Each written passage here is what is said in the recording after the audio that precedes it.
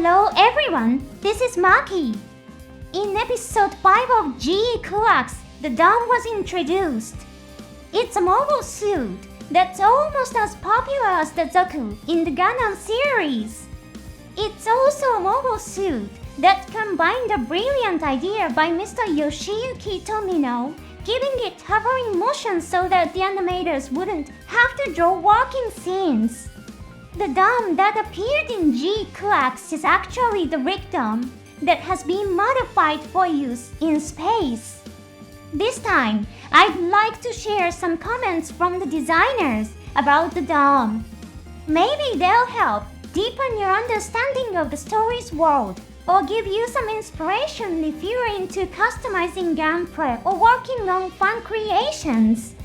Now, a quick announcement. My channel accepts support through memberships. For just 99 cents a month, you can get a name tag and stamps for commenting. Alright, let's dive into the dome analysis. The dome in GQuuuuuuX appeared with a purple color scheme. However, according to the explanation on the official website, the standard color for the dome is green. In the original Universal Century, the personal colors of the black tri-stars were also used on the mass-produced domes. But in the world of GQuuuuuuX, it seems that these colors weren't adopted. At this time, no explanation has been given as to why that is. Why might that be? In episode 5, Gaia had a line where he said something along the lines of "Sure, stellar achievements." Will we get more details about that in the future episode? Let's look forward to finding out. The dome in GQuuuuuuX was a mobile suit brought to life through concept art by Ikuto Yamashita and finalized by Takuya Iyo. Mr. Yamashita is the lead mechanical designer for the entire world of GQuuuuuuX. He not only designed the main unit of GQuuuuuuX, but also the Gundam itself. Mr. Iyo is a veteran designer who has worked on many lead mecha in the Gundam series. In Seed Freedom, he designed the Zeus silhouette, a piece of equipment used by Destiny Gundam, and a Katsuki. He was also responsible for the design of Murasame Kai. Let's take a look at Mr. Yamashita's comments. The rig dome in GQuuuuuuX has a third leg to prioritize stability during hover movement, which is the dome's most iconic feature. It lowers its waist and hovers on 3 legs. The rear leg attached to the waist is stored on its back when operating on 2 legs. In the world of GQuuuuuuX, where many mobile suits have slender legs, this is the only one that has evolved in the opposite direction. The hovering motion is amazing. Since the rig dome is a space mobile suit, it doesn't technically need to hover. But as someone who grew up with first Gundam, I think the dome and rig dome should look the same. I designed it as my own way of responding to the concept of adding extra thrust for space use. The current storyline of GQuuuuuuuX is set in space. Still, I'm really glad they included the hover gimmick, even though it's a space battle. The full speed movement using the combination of 3 legs looked really cool, too. In first Gundam, the dome and rig dome had exactly the same appearance. This was due to Mr. Tomino's consideration for the animation staff to reduce their workload. Later, explanations such as increased thrust due to additional propulsion systems were introduced. But when the TV anime first aired, there were no such explanations. Kids watching mobile suits that looked exactly like the ground dome in action would come up with their own imaginary reasons and have fun with it. It seems that Mr. Yamashita also enjoyed the design of the dome in this way. That's probably why he finished the design of the dome in a form very similar to that of first Gundam. Even if the story eventually moves to Earth, the dome may still appear with the same Rick dome design. Mr. Yamashita also shared some thoughts on the scenes where the dome is in action. Let's take a look.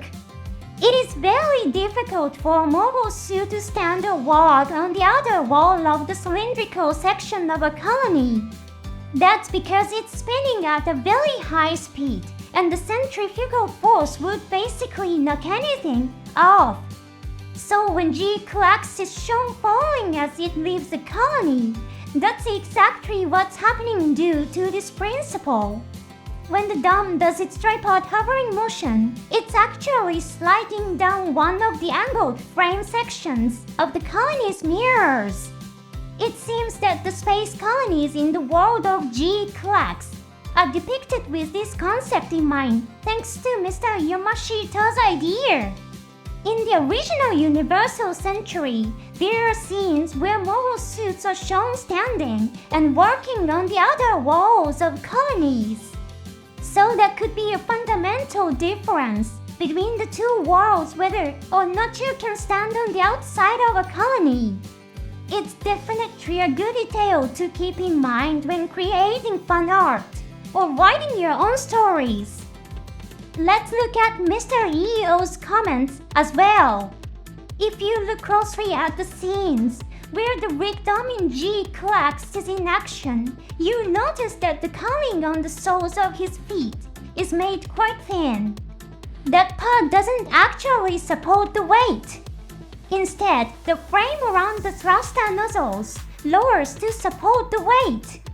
But this mechanism probably can't be replicated in the high-grade gunpla. Around the ankle fairing there's a gimmick to control the thrust. The grooves carved into this part are designed with this system in mind. Also, if this were a ground dome, the area around the ankle fairing would probably include parts that function like a hovercraft. This may be a bit difficult to fully understand without some knowledge of mechanical structures or industrial products. Even I'm not entirely confident that I can explain it perfectly. It seems that the frame under the dome's feet lowers when it lands to prevent the engines and other components from touching the ground. The black painted cowling parts are probably there to help control the output of the thrusters. If a ground-based dome gunpla is ever released, the design of the parts on the bottom of its feet may be very different. So if a ground dome ever appears in the anime, it's definitely worth paying attention to the design of its feet. The appearance of the dome in GQuuuuuuX was such a treat, wasn't it? While the Doku was heavily redesigned, the design of the dome feels more like a refined version, closer to that of first Gundam, which was a really interesting contrast. But I was totally surprised by the addition of a third leg on the back. The idea of using 3 legs for hovering and combining them with thrusters for powerful flight was also super cool.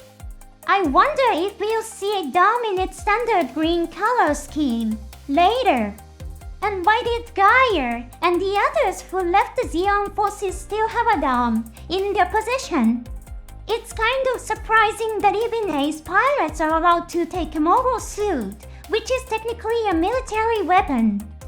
Could it be that Zeon has gone through some sort of technological shift where mobile suits are no longer considered as important?